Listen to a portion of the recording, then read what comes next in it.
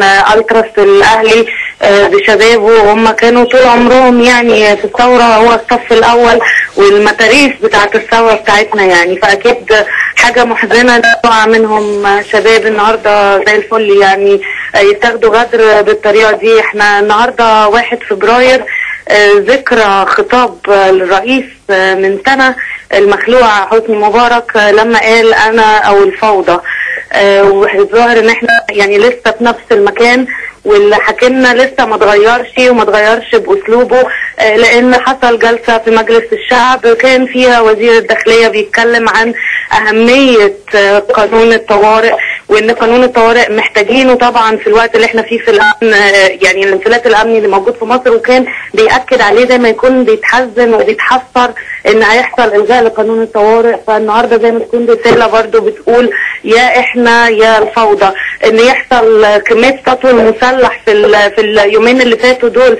دي ممنهجه طبعا، وبعد كده الجاني ما حدش بيلاقيه غير بعدها بشويه، دي الناس بتيجي وبتسرق في عز الظهر وبعدين بتمشي، وزي ما يكون البلطجه او القانون او قتل ما بيحصلش غير للمتظاهرين والثوار، لكن احنا سايبين البلطجيه بجد اللي بيحضر العفريت في مصر بيصرفه، اللي قدر انه يعمل انتخابات من غير ما يكون فيها بلطجي واحد ويقدر يأمن الصناديق، ليه مش قادر يأمن البلد؟ مش قادر يأمن ماتش كورة ازاي؟ زي ما قدرش يأمن كنيسة القديسين وقت حادث كنيسة القديسين السنة اللي فاتت. فكلها يعني حاجة بتشير لنفس الكلام، كلمة الطرف الثالث اللي قاعدين يتكلموا عليه على طول في التلفزيون. خلاص احنا عارفين الطرف الثالث مين. الطرف الثالث هو الطرف الاول وهو الطرف الثاني، هو الطرف الوحيد اللي موجود في الصورة دلوقتي، وهو الحاكم. هو الحاكم اللي كل ما بنقرب لتسليم سلطة او بنقرب لانتقال السلطة للمدنيين بيحصل ده علشان تفزيع المصريين وتخويفهم، وعلشان الناس نفسها تترجى حكم العسكر ان هو يكون موجود، لكن بيحاولوا يشقونا بجميع الطرق، يعني زي اللي بيحصل دلوقتي امبارح عند مجلس الشعب، ان شباب الاخوان يطلع منهم تصرفات زي دي لمجرد حماية مجلس الشعب، لان هم حصلوا على مجلس الشعب، خلاص ما يكونش ده مجلس المصريين كلهم وبرلمان المصري كله اللي يجي ويطالب بحقوقه ويطالب باهداف ثورته عنده. يعني بقى في منهجية واضحة جدا للعنف ومنهجية واضحة جدا لتفزيع الناس، وكمان التحريض ضد الثورة والثوار.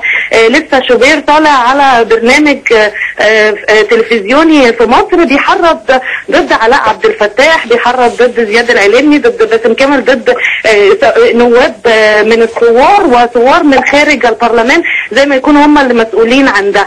فطبعا هم عاوزين يوجهوا دايما الصورة ان ده الانفلات الامني بسبب الثورة.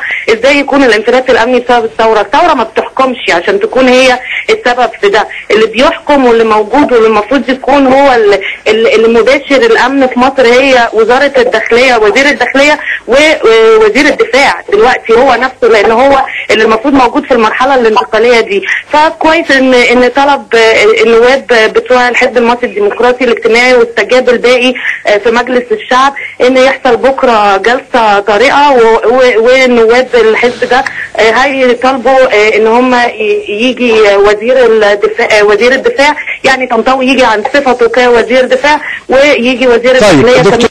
الموقف هو موقف شعبي، ما هوش موقف ائتلافات او حركات سياسية، ولكن الموقف ده لازم يجي من الشعب نفسه، ان احنا كل يوم بندرك ان او الشعب المصري كل يوم بيدرك ان حكم العسكر ده نهايته. يعني ما هو طبيعي ان احنا نكون انتقلنا من السجن الصغير للسجن الكبير، والقمع اللي بيحصل على يد العسكر والانتهاكات اللي حصلت والقتل اللي حصل سواء في ماسبيرو او محمد محمود او مجلس الوزراء او وقت العباسية او الاستاد. احنا من مذبحة لمذبحة، كل شهر بيقع عندنا وبيسقط عندنا شهداء من بعد ما اتخلع حسني مبارك. اي تغيير حدث الناس بدأت تشوف والناس بدأت تدرك ده في الشارع. احنا عندنا اعلام للأسف الشديد، اعلام مصري فاسد محرض ضد الثورة، وبقالنا سنة شبه بيكون بيحصل يعني غسيل مخ وتعبئة نفسية للمواطن المصري ضد الثورة دي علشان يكفر بيها. ولكن احنا حاولنا وبقالنا اكتر من شهر بننزل الشوارع او بننزل المناطق الشعبية الشعبيه وبنعرض عروض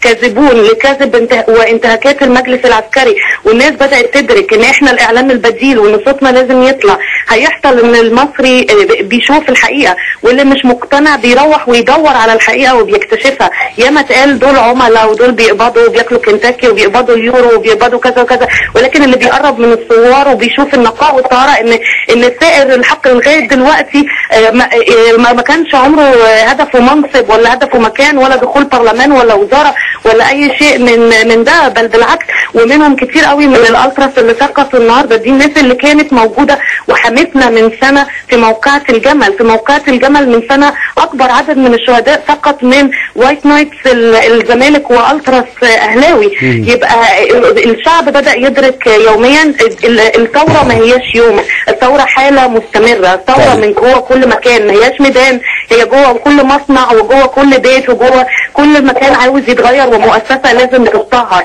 ودي كلها تراكمات، واظن ان الاحتقان زاد وان الكتله الحرجه بتتكون تاني، وان احنا لقينا 25 يناير ده الاعداد نزلت اكبر من 25 يناير السنه اللي فاتت، والنزول كان المره دي لاسقاط حكم العسكر، والهتاف كان يسقط حكم العسكر زي ما الهتاف موجود دلوقتي قدام النادي الاهلي وفي اماكن كتيره قوي موجوده دلوقتي، ان المصريين نزلوا وبيطالبوا بانهاء حكم العسكر، لان مش انت اللي بتدي الامر المباشر بالقتل، ولكنك انت بتسمح بالقتل انه يحصل تحت عينك او بتتواطأ معاه، ده نفس الحكايه وده فيه ايدينا. ونطلب ان يبقى فيه تحقيق فعلا، ولما يبقى فيه لجنه تقصي حقائق، هي مش تقصي لمقتل شهداء نظام مبارك فقط، ولكن لكل من مات بعد مبارك على يد المجلس العسكري.